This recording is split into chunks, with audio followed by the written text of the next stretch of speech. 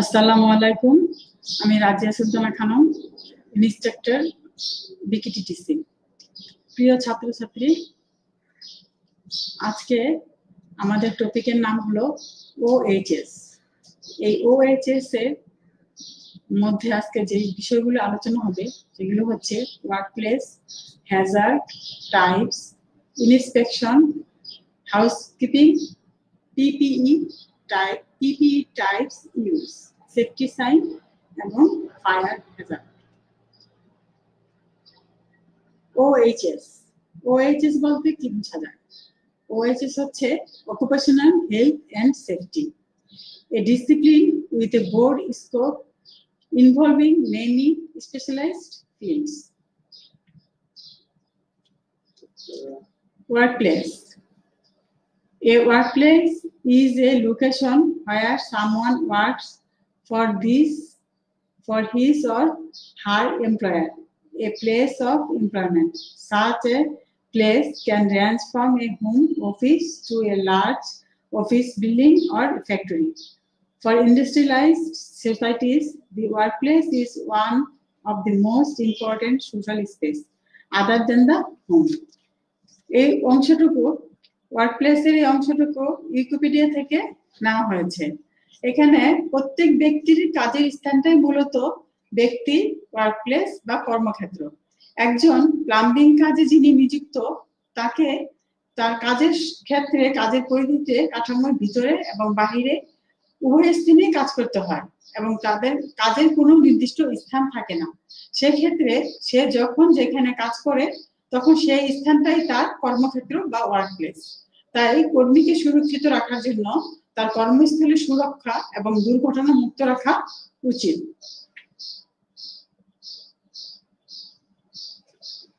Risk of workplace not being safe.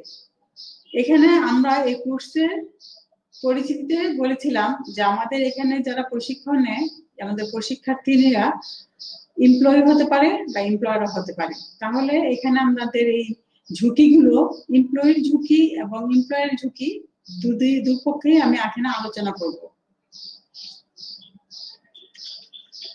The pain and suffering, employee ক্ষেত্রে the pain and suffering of the injury or illness, the loss of income, the possible loss of a job, healthcare cost.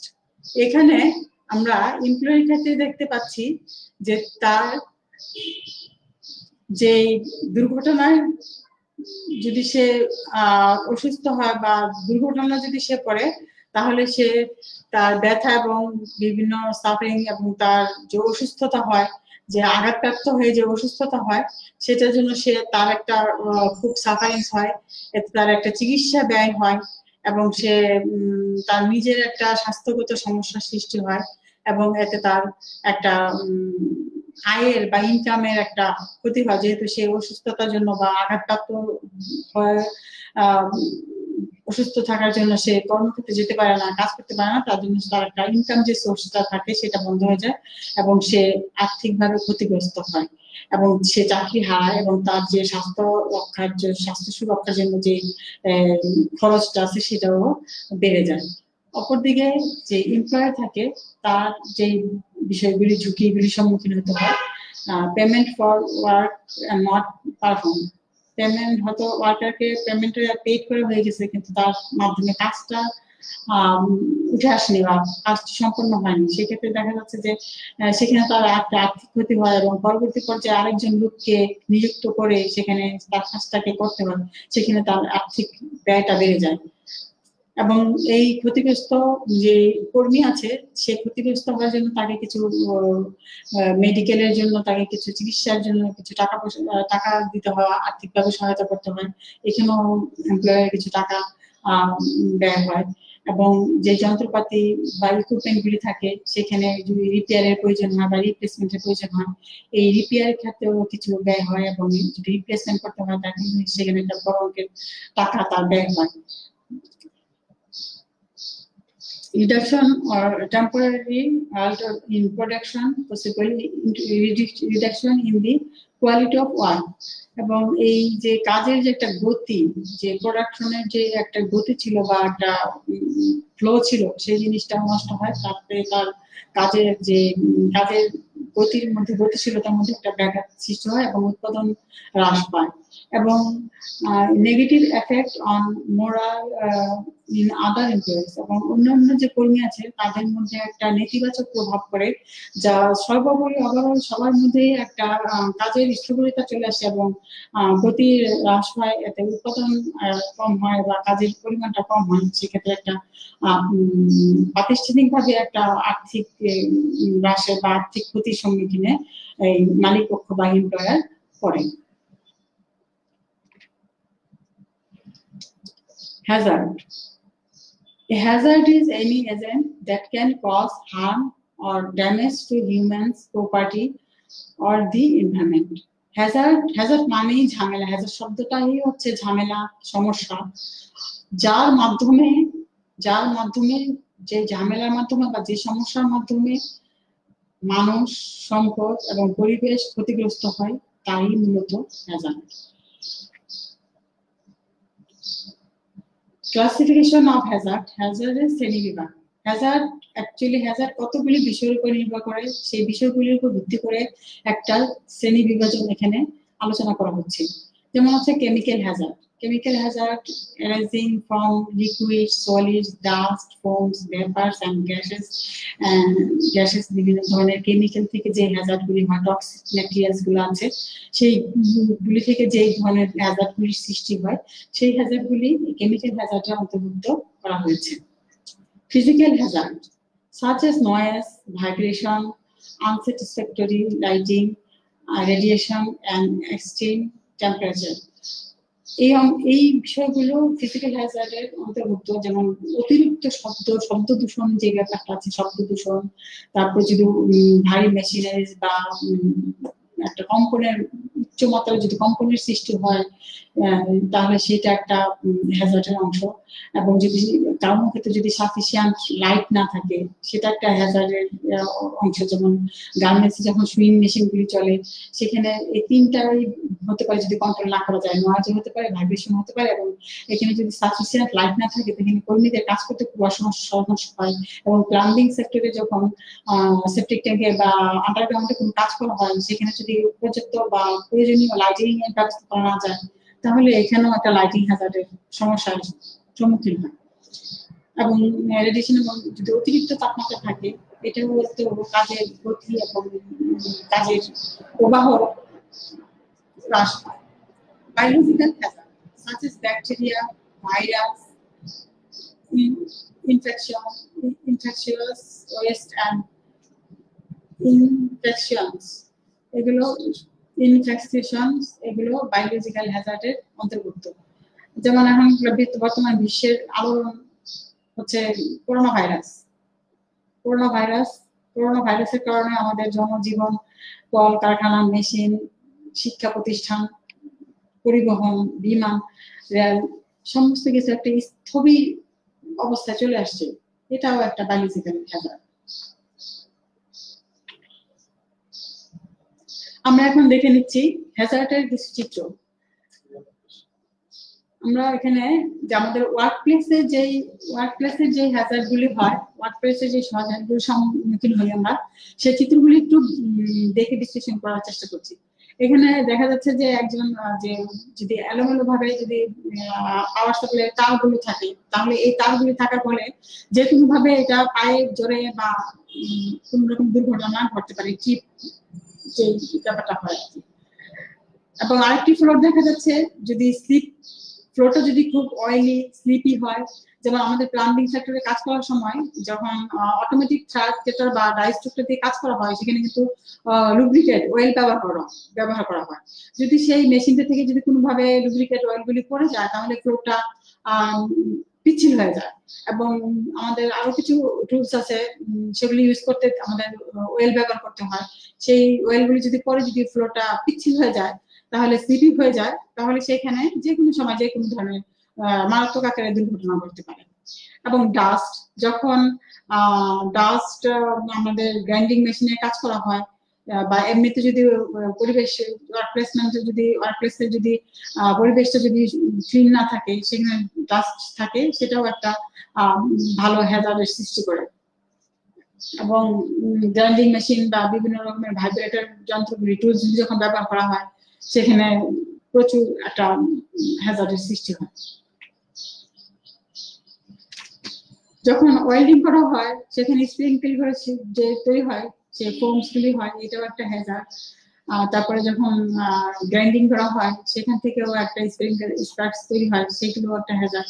যদি ফ্লোরে যদি uneven surface হয়, পাইপগুলো এলোমেলো থাকে, তারপরে যখন পাইপগুলি যদি যখন থ্রেড কাটা হয়, জিআই পাইপ বা পিস পাইপ, যখন মেটালিক জিনিসগুলো যখন ব্যবহার করা হয়, তখন ওই কাটিং পিসগুলি যদি থাকে, জিআই পাইপের যে চিপস গুলি ফ্লোরে থাকে, পাইপগুলো যদি এলোমেলো থাকে, তাহলে একটা আনইভেন সারফেস সৃষ্টি হয় এবং সেখান থেকে বড় রকমের দুর্ঘটনা ঘটতে পারে।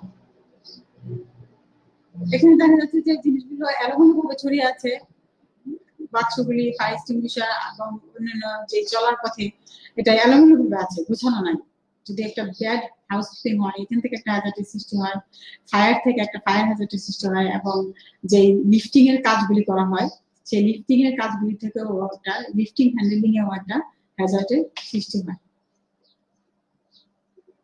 ড্যামেজ টুলস, ত্রুটিপূর্ণ যন্ত্র যদি ব্যবহার করা হয়, যেমন ড্রিল মেশিন, যেগুলি ইলেকট্রিক অ্যাপ্লায়েন্স, ইলেকট্রিকের সাহায্যে চলে, ওয়্যারগুলি যদি ঠিক মতো না থাকে, প্লাগগুলি যদি ঠিক মতো না থাকে, তাহলে এখান থেকে একটা দুর্ঘটনার সৃষ্টি হতে পারে। কেমিক্যাল স্টোরেজ, যদি টক্সিক ম্যাটেরিয়ালস গুলি যদি সঠিকভাবে হাউসকিপিং না করা হয় এবং সঠিকভাবে যদি মেনটেনেন্স করা না হয়, তাহলে এখান থেকে একটা হ্যাজার্ডের সৃষ্টি হতে পারে। এবং যখন কোনো একটা কনস্ট্রাকশন সেক্টরে হাইটে কাজ করতে হয়, তখন সেখানে যদি প্রপার ভাবে স্কোফোল্ডিং বা ল্যাডার ইউজ না করে যদি বিকল্প কোনো প্রপার ওয়েতে ব্যবহার না করা হয়, কাজ না করা হয়, তাহলে এইখানেও একটা মারাত্মক রকমের দুর্ঘটনা ঘটতে পারে। হ্যাজার্ড ইন্সপেকশন, হ্যাজার্ড ইন্সপেকশন বলতে আমরা কি বুঝি? তাহলে এখন দেখা যাচ্ছে যে হ্যাজার্ড ইন্সপেকশন একটা খুবই গুরুত্বপূর্ণ ব্যাপার। আমাদের এই ধরনের সমস্যাগুলি কর্মক্ষেত্রে, ওয়ার্কপ্লেসে, কর্মক্ষেত্রে দুর্ঘটনাগুলি থেকে রক্ষা পাওয়ার জন্য, মুক্ত থাকার জন্য এবং দুর্ঘটনাকে কমায় রাখার জন্য আমাদেরকে অবশ্যই হ্যাজার্ড ইন্সপেকশন করতে হবে। এই হ্যাজার্ড ইন্সপেকশন করতে গিয়ে আমাদেরকে হ্যাজার্ডটাকে, রিস্ক লেভেলটাকে জানতে হবে। রিস্ক লেভেলটাকে আমরা তিনটা ক্যাটাগরিতে ভাগ করতে পারি। যেমন হচ্ছে হাই রিস্ক। হাই রিস্কটা কি? হাই রিস্কটা হচ্ছে যে যেই অ্যাক্সিডেন্টে মৃত্যু পর্যন্ত হতে পারে, সেটাই হচ্ছে হাই রিস্ক। আর যেমন মিডিয়াম রিস্ক, মিডিয়াম রিস্কটা কি হচ্ছে, যে একটা দুর্ঘটনা ঘটলো কিন্তু সে আঘাতপ্রাপ্ত হলো কিন্তু তার মৃত্যু হলো না, তাহলে সেটা হলো মিডিয়াম রিস্ক। আর লো রিস্কটা কি হচ্ছে? লো রিস্ক হচ্ছে যে একটা দুর্ঘটনা ঘটলো কিন্তু সেখানে সে মৃত্যুপ্রাপ্ত হলো না বা আঘাতপ্রাপ্ত হলো না, একটা দুর্ঘটনা ঘটছে কিন্তু সেটা সে ডিসকমফর্ট ফিল করতেছে, এটা হচ্ছে লো রিস্ক। যেমন একটা ফ্যান যখন সিলিং এ ঝুলতে থাকে বা একটা ফ্যান যখন চলতে থাকে, যদি হঠাৎ এটা যদি পড়ে যায়, যদি একটা মানুষের সরাসরি মাথার উপরে পড়ে, তাহলে তখন ওই লোকটা বা ওই ব্যক্তির মৃত্যু পর্যন্ত হয়ে যেতে পারে। তাহলে এখানে কি হলো, ফ্যানটা পড়লো একজন মানুষের মাথায়, সে মৃত্যুবরণ করলো, তাহলে এটা হলো হাই রিস্ক। আবার এই একই ফ্যান ওই লোকটার উপর পড়লো কিন্তু সে একটু আঘাতপ্রাপ্ত হলো, তার মৃত্যু মতন দুর্ঘটনা ঘটে নাই, একটু আঘাতপ্রাপ্ত হলো, তাহলে এটা হলো মিডিয়াম রিস্ক। আবার ওই ফ্যানটাই, যে ওই লোকটাই ওখানে উপস্থিত, ফ্যানটা পড়লো কিন্তু লোকটার মাথা বা শরীরে টাচ করলো না, একটু দূরে পড়লো, এখানে কিন্তু একটা দুর্ঘটনা ঘটলো কিন্তু ব্যক্তিটা আহত বা নিহত হয় নাই, কিন্তু তার একটা মানসিক ভাবে একটা ডিসকমফর্ট বা একটা ভয়ভীতি হয়েছে। এই ধরনের ব্যাপারটাই হচ্ছে লো রিস্ক। তো এই বিষয়গুলির উপর বিবেচনা করে আমরা আমাদের যে ওয়ার্ক প্লেস আছে, সেই ওয়ার্ক প্লেসের উপরে আমরা একটা ডাটা শিট বা একটা চেকলিস্ট তৈরি করতে পারি।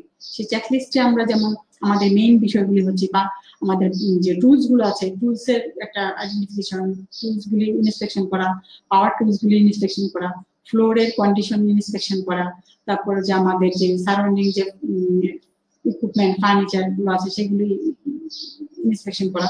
এরকম আমাদের ওয়ার্ক প্লেস, যার যে ওয়ার্ক প্লেস আছে, সেই রিলেটেড বিষয়গুলি যদি ইন্সপেকশন করে একটা ডাটা শিট বা চেকলিস্ট তৈরি করা হয়, সেটাই হচ্ছে হ্যাজার্ড ইন্সপেকশন। এবং এই হ্যাজার্ড ইন্সপেকশনের উপর ভিত্তি করে, তার কন্ডিশনের উপর ভিত্তি করে ওয়ার্ক প্লেসে ওয়ার্ক করার পারমিট এবং পারমিট না দেওয়ার একটা অনুমতি অথরিটি বা একটা পাওয়ার অথরিটি রাখে। এবং এই হ্যাজার্ড কন্ট্রোলের জন্য হাউসকিপিংটাও একটা খুব গুরুত্বপূর্ণ বিষয়। এখন আমরা এই হাউসকিপিং সম্বন্ধে বুঝতে পারবো।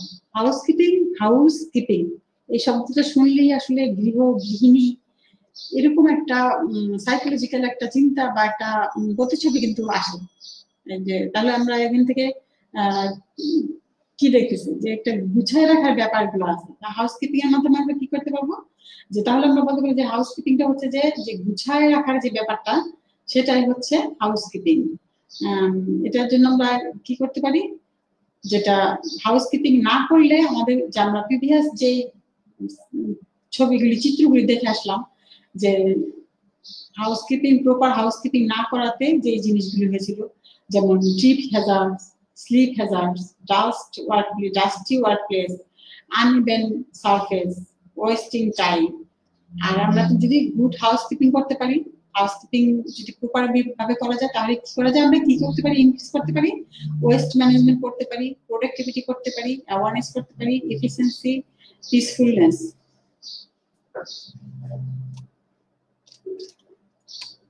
Productivity,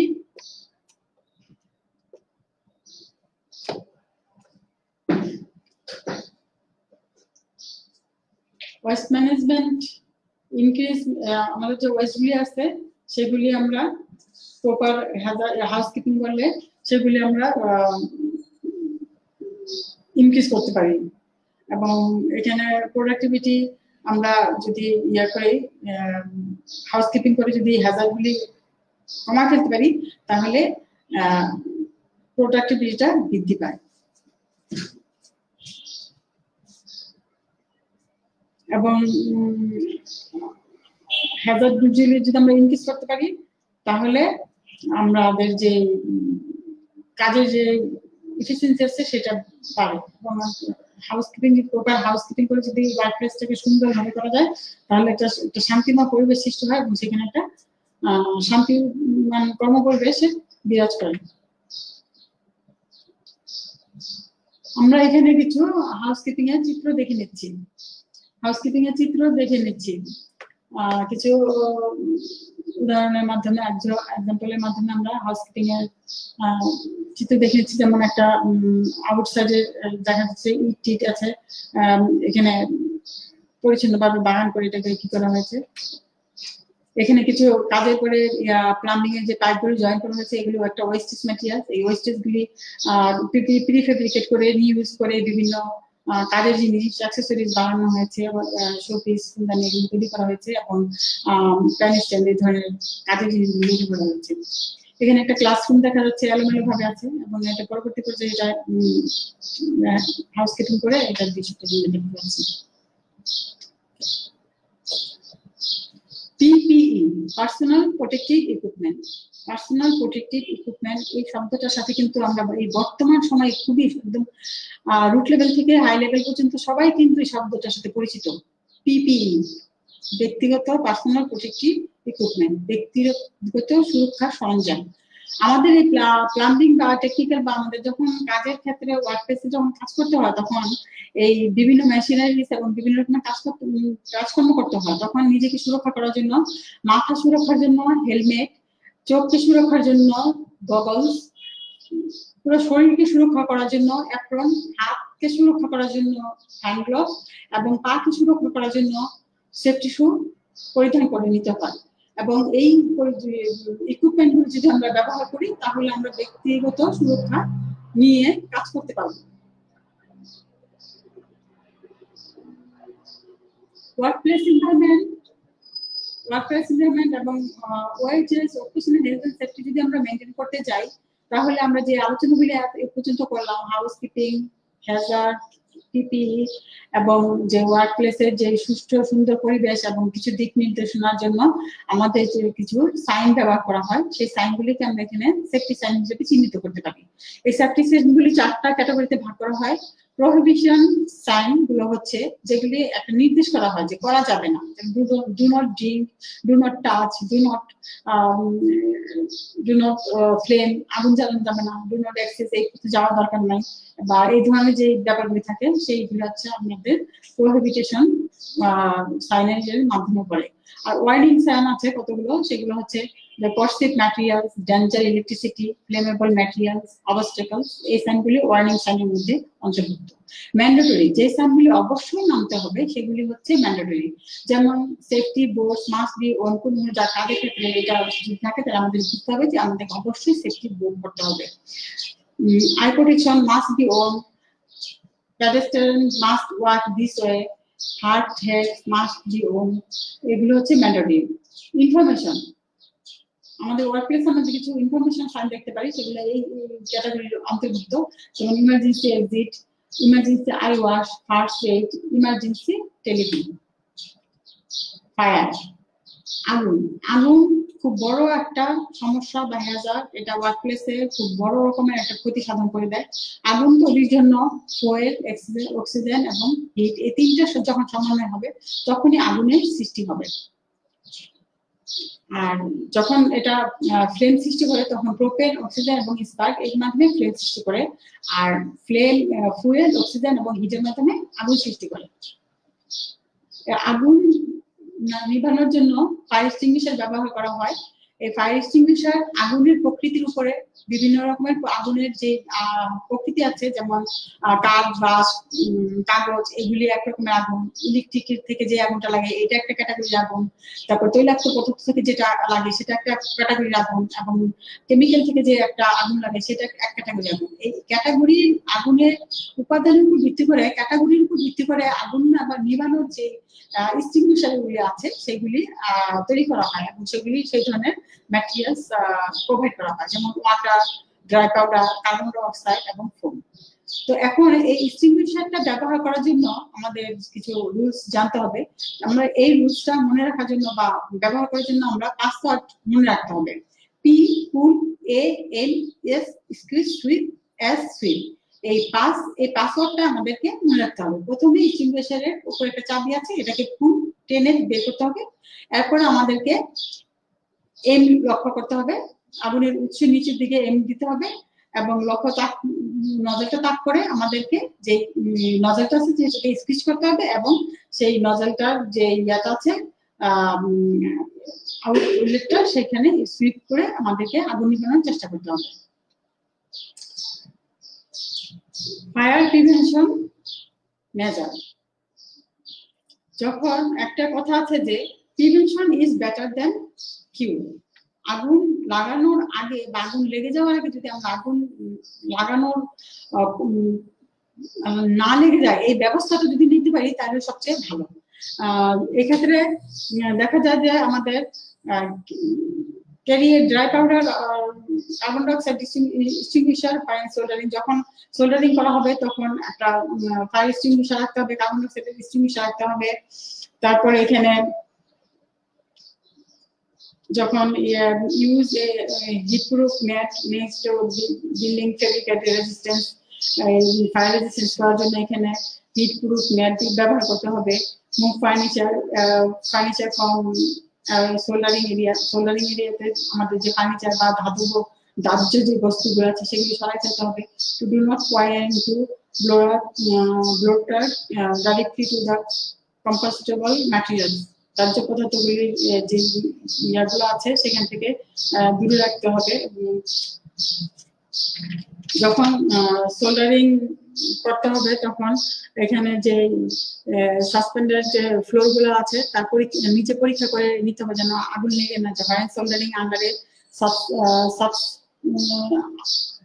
suspended floor, check for anything that could catch fire, যেন আগুন লেগে না যায় সেদিকে লক্ষ্য রাখতে হবে। Do not replace floorboards until, যখন এইটা সোল্ডারিং করা হবে তখন ফ্লোরবোর্ডস থেকে এটা যেন মানে কাজ শেষ না হওয়া আগ পর্যন্ত সরানো যাবে না। এবং যখন এটা লিড ওয়েল্ডিং করা হবে তখন সেই সারফেসটাকে সাবস্ট্রাক্টটাকে সিক্ত করে নিতে হবে। এবং যখন আমাদের সোল্ডারিং কাজ শেষ হয়ে যাবে তার কাজ শেষ হওয়ার অন্তত 1 ঘন্টা আগে সেখান থেকে পাওয়ার অফ বা সোল্ডারিং কাজটা স্টপ করে দিতে হবে। এত কিছু করার পরেও, সাবধানতা অবলম্বন করার পরেও যদি আগুন লেগে যায় তখন কি করতে হবে? যদি আগুন লেগেই গেল তখন আর প্যানিক হওয়া যাবে না, শান্ত থাকতে হবে, শান্ত থেকে পরিস্থিতি সামাল দিতে হবে। যদি ফায়ার এক্সটিংগুইশার থাকে তাহলে আগুন নিবানোর চেষ্টা করতে হবে। যদি না পারা যায় তখন ইমার্জেন্সি সার্ভিসকে কল করতে হবে। এবং আগুন লেগে যাওয়ার মুহূর্তে যে ইমার্জেন্সি এক্সিট আছে তা দিয়ে বের হওয়ার চেষ্টা করতে হবে। এবং তখন নিজের পার্সোনাল জিনিসপত্র এবং সয় সম্পত্তির কথা চিন্তা করে এখানে থাকা যাবে না, যত দ্রুত সম্ভব বের হয়ে যেতে হবে। এবং ওইখানে যদি নির্দিষ্ট কোনো ব্যক্তি বা অংশ থাকে তাহলে সেখানে রিপোর্ট করতে হবে এবং একটা নির্দিষ্ট সেফ এরিয়াতে সবাইকে চলে যেতে হবে। আগুন লাগার মুহূর্তে কখনোই লিফট ব্যবহার করা যাবে না, সেখানে স্টেয়ার ব্যবহার করতে হবে। এবং আগুন নিবানোর পরে সাথে সাথেই ওই ইমারতে ফিরে আসা যাবে না, ওখানে কিছুক্ষণ অপেক্ষা করতে হবে যখন কোনো রকমের ফায়ারের হ্যাজার্ড না থাকে সেই পর্যন্ত অপেক্ষা করতে হবে। তাহলে এই পর্যন্ত আমরা যে বিষয়গুলো আলোচনা করলাম, আমাদের কর্মস্থলে ওয়ার্কপ্লেস এনভায়রনমেন্টটা সুরক্ষা করার জন্য অকুপেশনাল হেলথ এন্ড সেফটির যে মডিউল বিষয়টা, এই মডিউল বিষয়ের অন্তর্ভুক্ত আমাদের ওয়ার্কপ্লেস এনভায়রনমেন্টটাকে সুন্দর রাখার জন্য Hazard inspection, Hazard control, housekeeping maintenance এবং ফায়ারের বিষয়গুলি নিশ্চিত করে আমরা একটা সুন্দর এবং সুস্থ স্বাস্থ্যসম্মত পরিবেশে কাজ করার একটা পরিবেশ এবং প্রোডাক্টিভিটি বৃদ্ধি করতে পারবো। এই বিষয়ে যদি কারো কোনো কোশ্চেন থাকে তাহলে কমেন্টসে বা করতে পারেন। থ্যাংক ইউ মডিউলটা ধৈর্যের সাথে উপভোগ করার জন্য। Thank you for your patience.